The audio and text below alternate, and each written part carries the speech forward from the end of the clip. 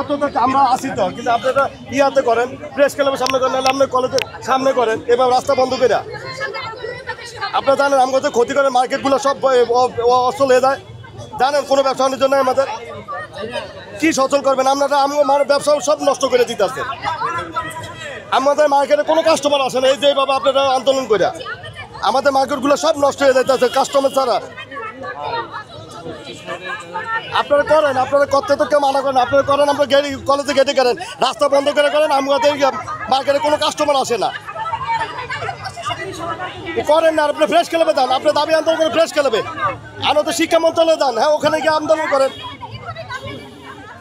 রাস্তা বন্ধ করে রাষ্ট্রপতি দাবি আন্দোলন করে নষ্ট করতে কেউ কয় নাই তো, আপনারা আদা করেন, আপনাদের শিক্ষা মন্ত্রণালয়ের কাছে দেন, শিক্ষামন্ত্রীর কাছে দেন, সরকারকে আমরা বলি, আপনি বলেন, আমরা ফেসবুকে দিয়ে দিই, আপনারা যান শিক্ষামন্ত্রীর কাছে যান, ফ্রেশ ক্লাবের সামনে যান।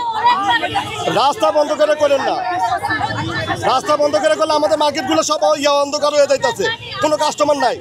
আমরা প্রতিদিন এক একটা দোকানে 5,000 6,000 টাকা করে লস হইতেছে, কোনো কাস্টমার থাকে না। আপনারা এইভাবে আন্দোলন করেন, এই কত বছর ধরে আন্দোলন করতেছেন, আমাদের মার্কেটগুলো সব বন্ধ হয়ে যাইতেছে। আমাদের দোকানে বাড়িটাগুলো সবগুলো দেশমুখী হইতেছে, এই অবস্থা হইতেছে, মার্কেটে কোনো বাচ্চা কিনা নাই, কাস্টমারের সব আপনারা এইভাবে রাস্তা করে। এই জন্য কি রাস্তা বন্ধ করে দিবেন? আপনারা রাস্তা বন্ধ করে দিবেন?